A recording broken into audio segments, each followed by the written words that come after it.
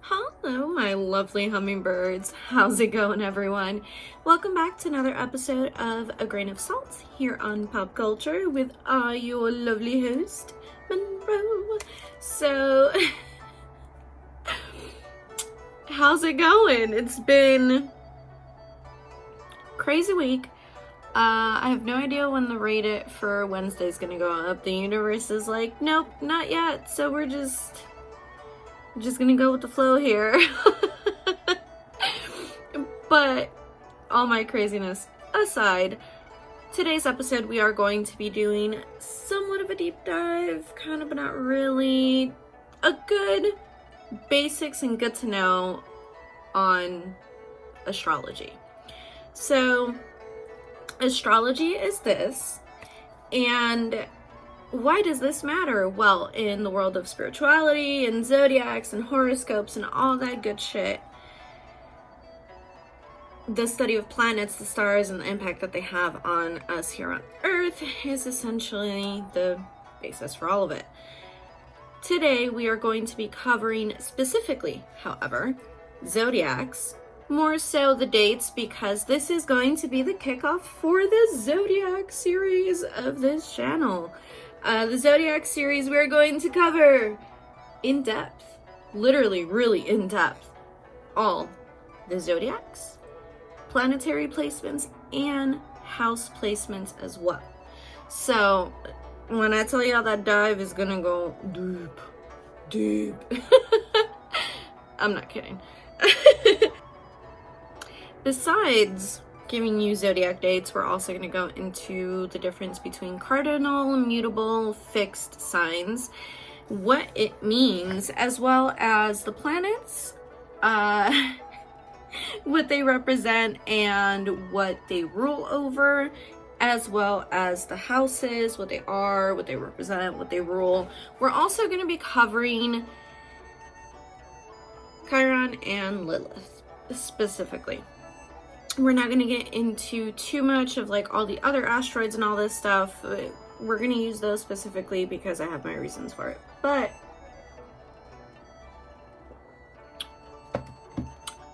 yeah, let's get started. First up, we have Aries, represented by the ram. It is a fire sign, and the dates are March 21st through April 19th. Happy birthday to all my Aries out there. Hope you guys are partying it the fuck up. Aries is a cardinal sign. It is the first sign of the zodiac, and it is ruled by Mars. Its detriment sign is Libra. We're gonna get into what a detriment sign is later on. Taurus, represented by the bull.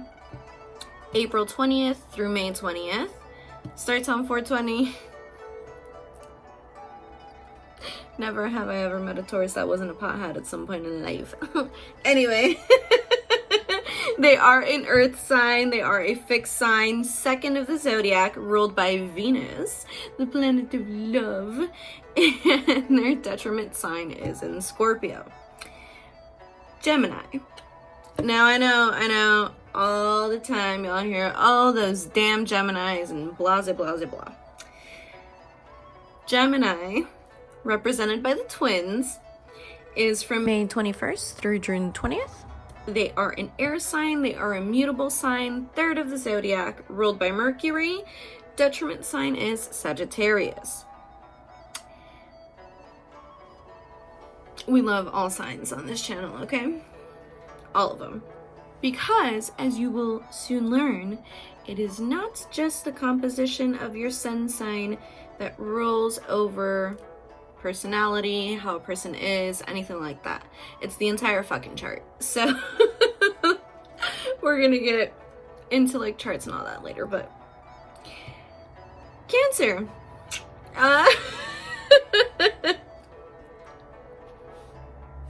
Represented by the crab, and not this little baby crab and not Mr. Krabs either. This guy.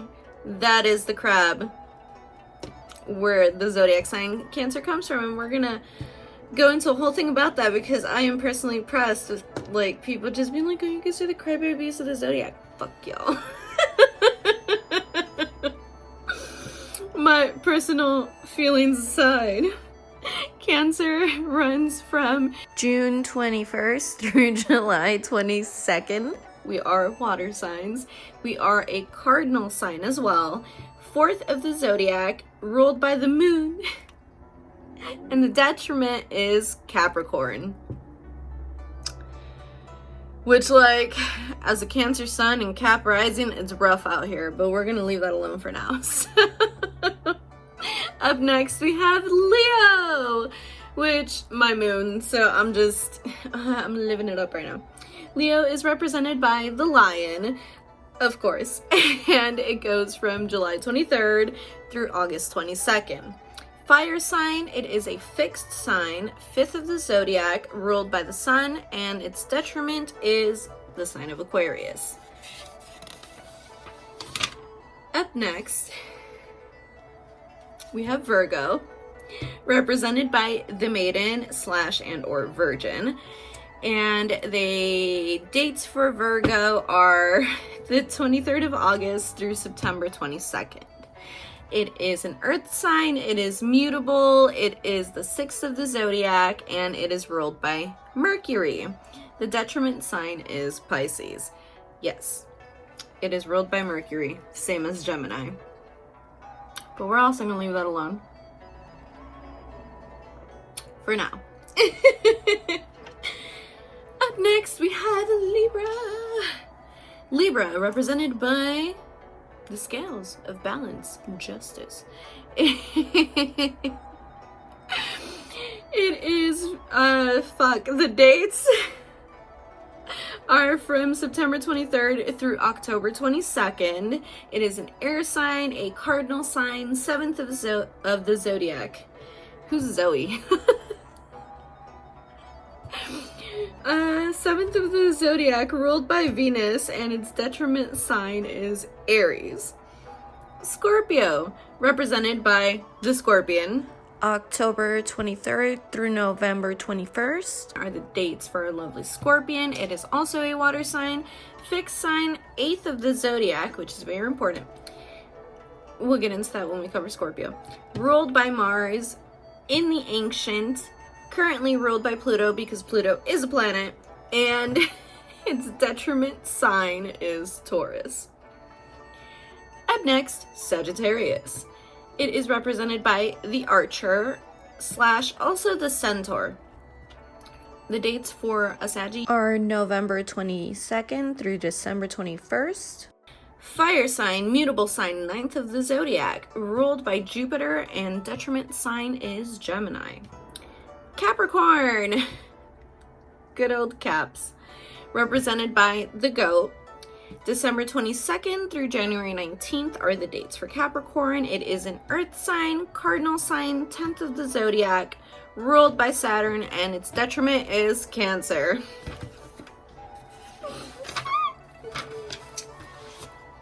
The stars literally decided that the day I was born, they were like, struggle. Up next, we have Aquarius, represented by the Water Bearer. The dates for Aquarius are January 20th through February 18th. Air sign, fixed sign, 11th of the zodiac, ruled by Saturn. In the ancient, currently ruled by Uranus, and its detriment is Leo. And last but not least, closing up the zodiac wheel, we have Pisces. Represented by the fish, February 19th through March 20th are the dates for Pisces. It is a water sign, mutable, 12th of the zodiac, ruled by Jupiter in the ancient, and currently ruled by Neptune. Its detriment is Virgo. Now that we have told you all the signs, I know I said detriment a lot there. Essentially what a detriment sign is the sign that your zodiac's ruling planet is the most weak in. It is the opposite of the sun sign. It doesn't like it there. It's not happy there. It's like Cancer and Capricorn are detriments to each other. If the moon is in Capricorn, it's gonna be a rough one. If fucking Saturn is in Cancer, it's gonna be a rough one. So then you have like Aries and Scorpio when like they're in each other. It's really good. It does have like its hyper levels too, where it could be kind of like chaotic, but yeah. We're gonna get a little more into detail as we start like breaking down each of the signs. But for right now, all you need to know, in dignity, it means that your sign is thriving in that way, like indignity means that your sign is thriving in the planetary alignment with the other sign. If it is in detriment, it means it is weakened. Now, we have 3 classifications for the signs, not elements. Elements, as you probably already put together, are fire, earth, air, and water. In that order, yes. But the 3 classifications for the signs run across the seasons. They are cardinal, mutable, and fixed. Essentially, what that means is cardinal, they are the beginning to each season, and mutable, they are the cusp baby. They are essentially the sign that is in between that shift of like the previous season to the next one. And then the fixed is like the true sign for that season, is the best way that I can explain it. We're gonna drink some coffee. It's like my mug is so pretty. I'm gonna always say that when I pull this mug out. But the cardinal signs are the following. We got Aries as the first one for spring. We have Cancer as the first sign for summer. Libra as the first sign for fall. Capricorn as the first sign for winter. Our mutable signs are Gemini, Virgo, Sagittarius, and Pisces. Now, why does that matter? Because my Geminis, my Virgos, my Saggies, my Pisces are very, very always ever-changing and set in their ways at the exact same time. And that's all a part of being a mutable sign. My fixed signs are a little more complex, because especially for Scorpio and Aquarius, because like Aquarius is known as like the rebel and changing society and doing everything for the better and all this stuff, and Scorpio is like constant change and all this shit, right? But they're both fixed signs. We're gonna get into the breakdowns when we cover both of those signs. I know that's one long hell of a wait away, but it's okay, it'll be worth it, I promise. But yes, the fixed signs are Taurus, Leo, Scorpio, and Aquarius. Now, what is a cardinal sign? So a cardinal sign is the leader, trendsetter, beginning, big idea, spark, dynamic sign. And they are the ones that like, they don't necessarily have a plan, but they've seen the vision. They don't know how, what shape, what way, what form, but they know they're gonna get to that vision, and often by any means necessary. My mutable signs: flexible, adaptable, restless. Creatures of constant change. Breakdown before the breakthrough. Yeah. Literally a breakdown before the breakthrough. That is the mutable signs. And they are also the ones that are most adaptable and comfortable in continual change. They're also the ones that get bored really easily, and it's really, while they will complete whatever it is that they are looking to achieve, their heart has to be in it.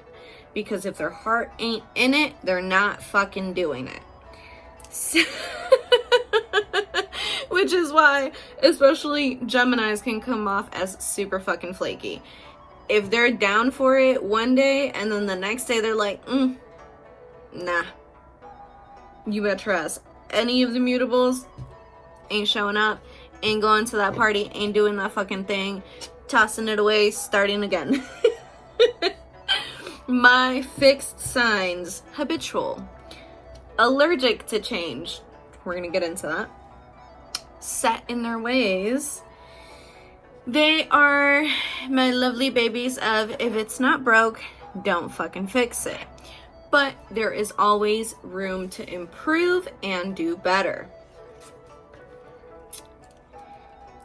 And they have a very, very specific idea when it comes to the do better.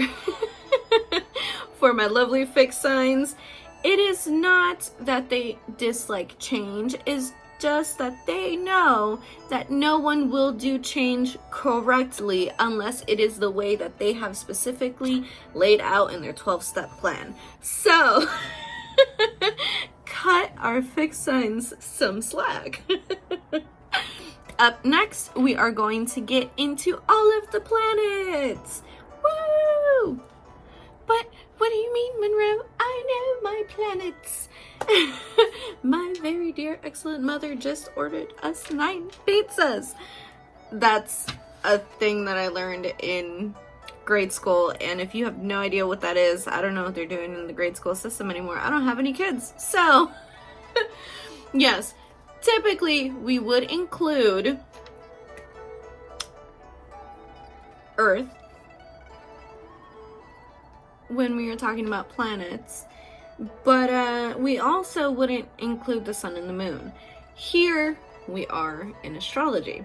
In astrology, the ruling planets for the zodiacs are as follows. We have the sun, the moon, Mercury, Venus, Mars, Jupiter, Saturn, Uranus, Neptune, and Pluto.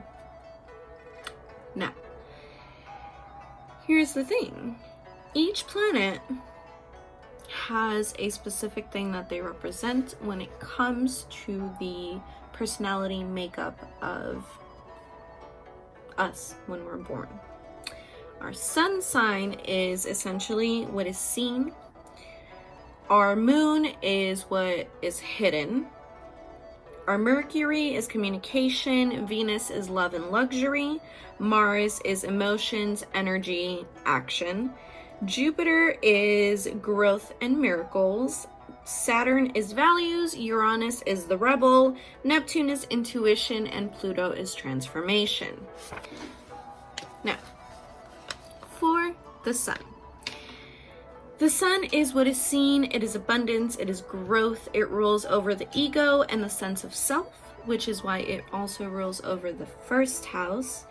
It is where our identities lie, our nature, and it is the ruler of the zodiac sign, Leo.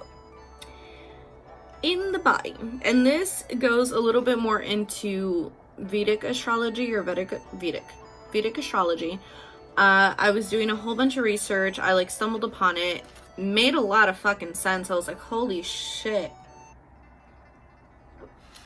But when I was looking over into Vedic astrology and how where our placements lie, it can also have an impact to the very physical issues that we have in life, and all that is because every ruling planet essentially rules over a specific area of the body. Now, the sun is very about bones, physical ruling, external. It deals with the stomach, the right eye, which I was like, well, not the left, but anyway. It deals with heart, physical issues. It deals with skin, head, joints, and ovaries. The moon, my ruling baby, represents everything that is hidden. It also, so the sun represents paternal relationships and the moon represents maternal relationships, your relationship with your mother, the way that you express love, what is hidden, deep feelings, instinct, the spirit, subconscious mind, and it is the ruling planet of Cancer. Over the body, it rules emotionally. Over the mind and heart, internal, and our subconscious. So it has, which I found very interesting, rules over saliva, breasts, the womb, water in our bodies, blood, heart, emotion-wise, lungs, I know why not the left eye, because it's ruled by the moon. It rules over our brain, our feeding tube, which is very, very intriguing, intestines, renal, and our lymphatic duct. Now, mind you, everything that I am listing out to you has been like research that I've done across like a bunch of sites and all this shit. I'm pretty sure there's a lot more ruling from the planets on the body. Do your own research as well, you know, learn some new stuff. Mercury deals with communication and all about what is spoken, but also with our intellect, memory, and the way that we receive and perceive things. It deals with the thought process, transport of said process. It rules over our communication, our coordination, our creative expression, information reception, our understanding of things. It rules over both Gemini and Virgo. And body-wise, it rules over the chest, mental, the abdomen, our nervous system, our tongue, our mouth, lungs, bowels, bile, like the shit in our stomach, yeah. Muscular tissue, our breath, air cells within the body, our sense, our perception, as well as our hair. I mean, never have I ever met a Virgo with shitty hair, so like, it makes sense. Oh my god, my jokes aside. Up next, we have Venus, the planet of amor, the planet of luxury, the planet of lust and our indulgences, as well as what is felt. And it rules over courting, adoration, love, but as well as our values in relationships, our taste in food, in people, aesthetics, music, finances, material possessions, pleasure. It has a lot to do with the face, but also physical and any sensations that we feel. It rules over Taurus and Libra, and of course, that means it rules over our genitalia, semen, urine, body image, the way we perceive ourselves physically, and how we choose to like build ourselves up physically, our shine, our luster, our glow, our throat glands, and it also deals with how well we see, our eyes, and our vision. Up next, we have Mars, my lovely Aries, your ruling planet, my lovely Scorpios, your ancient ruling planet. I'll cover why ancient rulings and all that later, but what is felt energetically? Our experiences physically. So Mars rules over our outward personality, our energy, our drive, our passion. It rules over sex drive as well. It rules over our ambitions, determination, desire. Our survival instinct is ruled by Mars. Our anger, our aggression, all those like really feelings ruled by Mars, y'all. And over the body, it rules the entire fucking thing.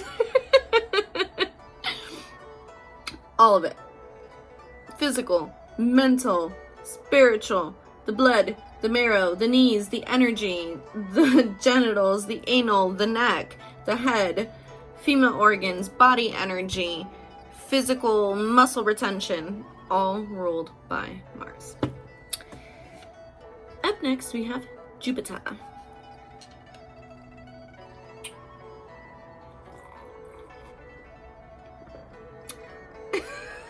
That was the weirdest ASMR. Now, Jupiter rules over what is learned and gained from the outer world. So it deals with our lessons, our consequences, our blessings, and the way in which we react to these. It is the planet of luck, prosperity, and success. It is also the planet of generosity and expansion, which my Saggies all know, good luck. I am very certain of that. As well as my Pisces. So Pisces, Jupiter is your ancient ruling planet. We're going to get into what I mean by ancients in a second, like I said. What does Jupiter rule over? Organ-wise, it rules over physical aspects of the body. Thighs, body fat, the brain, the liver, kidneys, lungs, ears, tongue, memory, spleen, your arteries, all of them. The entire arterial system, it rules over it. Your phlegm and your veins. Now, Saturn.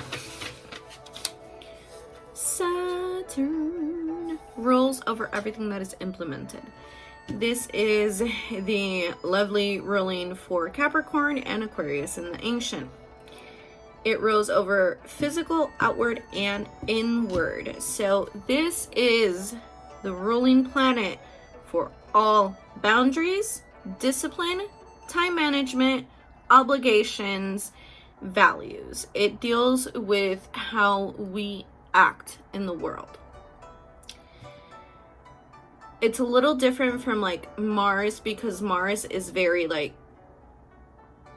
action oriented of how we do things outwardly, and then Saturn is how we do things within ourselves to manage how we do things outwardly, if that makes sense. In the body, it rules over feet, legs, joints, muscles, hair as well, nails, upper stomach, the secretive system, the endocardium, ribs, teeth, and ears. Uranus. No, it does not rule over your bumhole. Uranus rules over what is felt and what is implemented. It is the planet of rebellion. It is the planet of awakening. It is the It's the plan. It is the planet of rules, freedom, liberation, restrictions, and innovation, and it does rule over Aquarius. In the body, it rules entirely over the mental, spiritual, and physical aspects of us as humans. Our nervous system, our brain, our pituitary gland, our respiratory system, our intuition, and our intellect are all ruled by Uranus, which, like, wild. It literally rules over some of the first things that ever get formed in us in the womb. Very interesting. Neptune deals with what is known. Neptune is the ruling planet of Pisces, and it is all about intuition, dreams, delusions, compassion, and spirituality. Oh yeah. Body ruling, all mental and internal. It rules with that gut instinct. It rules the waterways of the body. It deals with the lymphatic system. It deals with the chemical processes. It deals with the way that we toxify and detoxify our bodies. Visual communication is very important. Digestion, creativity, feet, glamour, decisions, and the pineal gland. So that's why all Pisces that you know are probably super fucking artsy. It's literally embedded into them. For my lovely Scorpios, Pluto. Pluto is a planet. I don't want to hear shit in the comments that it's not. Okay, thank you, I love you. So Pluto is the planet about transformation. But I don't like saying transformation. When it comes to Pluto, I prefer transmutation, because while it is about transformation, since it does rule over Scorpio, which is a fixed sign, it is about transforming what is established to make it better. It is about renewal. What is renewed? It rules over endings and beginnings, because with every door that closes, a billion more open, or at least the window does. It is the planet of rebirth, spirituality, change on an internal to outward aspect, and as I said, it rules over Scorpio. It is all about the metaphysical when it comes to the body. So it does not physically rule over anything. It rolls over the soul, essentially, and how we ascend, grow, experience the dark night of the soul, all that good shit. Now, I was going to talk to y'all about something and I forgot what it was. My brain! Chiron. Chiron and Lilith. So Chiron is essentially our core wounds and how we overcome them. And Lilith is our sensual nature. Lilith is what cannot be repressed. Up next, we are going to get into the part that is going to lead us into the houses of astrology. So, we have our nodal axis, which is the way that we live and why. We have our essentially that's our north and our south nodes. So, our north node is all about karma and what we need to live to align with our purpose. And our south node is our nature and what is overdeveloped within us. It comes naturally. It's like our fallback. It's our essentially our born into toxic trait. And oftentimes a lot of your karmics will be in your south node. Yeah.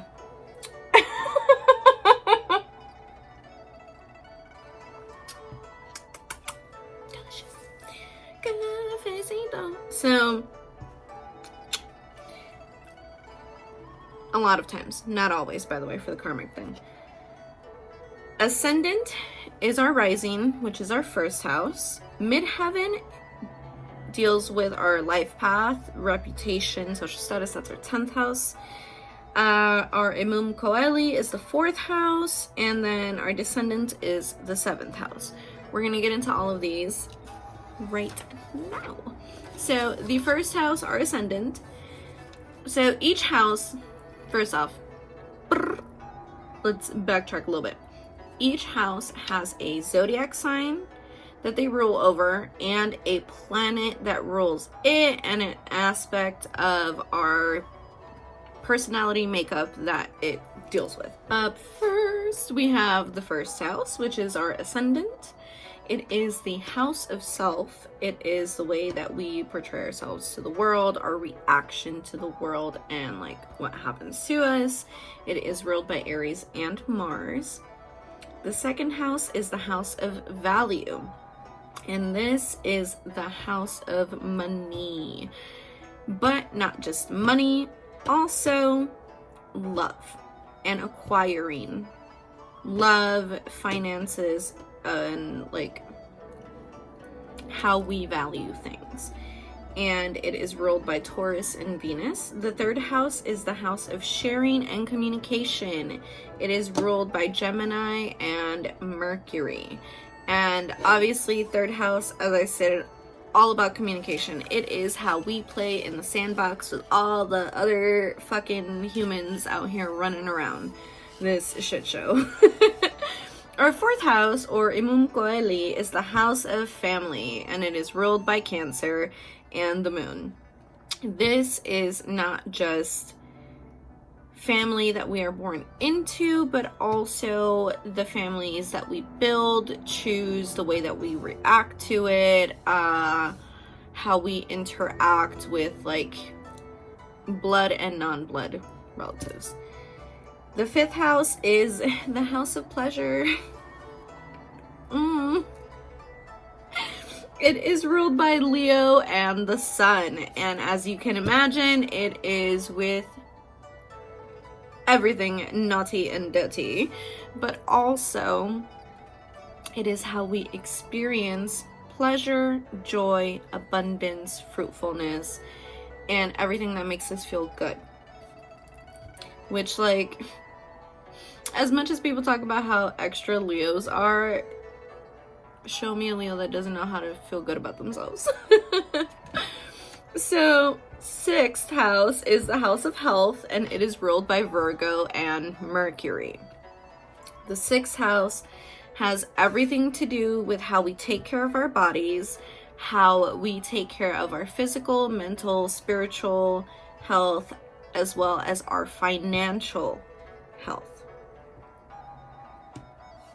Yep. 7th is the Descendant. It is the house of balance, and it is, of course, ruled by Libra and Venus. This is not just how we maintain balance within ourselves, but also how we maintain balance in our relationships, in our love lives, in balance with nature, with society, with the world as a whole, and how we essentially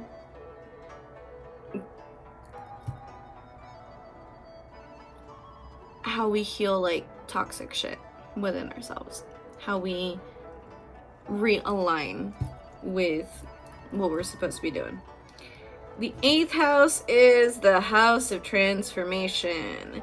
It is ruled by Scorpio and Pluto, which is why when I said that Scorpio was the 8th, I was like, it's so perfect, because the number 8 in numerology also represents transformation, transmutation, endings, beginnings, all that. The house of transformation deals with the dark night of the soul. What is the dark night of the soul? I know I said it earlier as well. It is all of the shadow work. It is the lessons. It's dealing with the ugly, dirty bits. It's in order to move forward and grow, we gotta like dig that shit up. That's essentially how you handle it in the 8th house. The 9th house is the house of purpose. It is why we do what we do and how we do it and how we're gonna do it. It is ruled by Sagittarius and Jupiter, the planet of luck. With it being the planet of luck in the 9th house, it also has an impact to our finances. The 2nd, the 6th, and the 9th house, I believe, are the ones that have an impact. The 10th house is the midheaven. It is the house of social status. It is ruled by Capricorn and Saturn. Capricorns, known as very hardworking, go-getters, will, like I said, do anything to get to their end goal by any means. Is it any wonder that it rules over the house of social status? Not only is the house of social status the place that you hold in the world, but it is also about how you achieve and what you need to do in order to be in alignment with what you're supposed to do in the world. With the 11th house, this is the house of friendships. It is ruled by Aquarius and Uranus, and this is all about how you make friends, keep friends, lose friends, how you view friendships as well. So this house will determine like if you view friendships more so to be a means to an end, or like to build family relationships, or etc, etc, etc, etc. It is the genetic makeup of the type of best friend that we are. With your 12th house, the house of sacrifice. Oh, woe is me, my lovely Pisces, for you rule this house along with Neptune.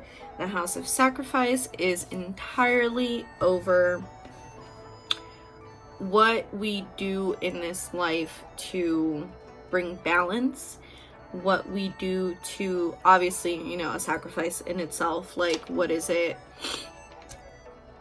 that we willingly choose to give up of ourselves in order to do what it is that we need to do in life, what it is, like how is it that we martyr ourselves to some degree.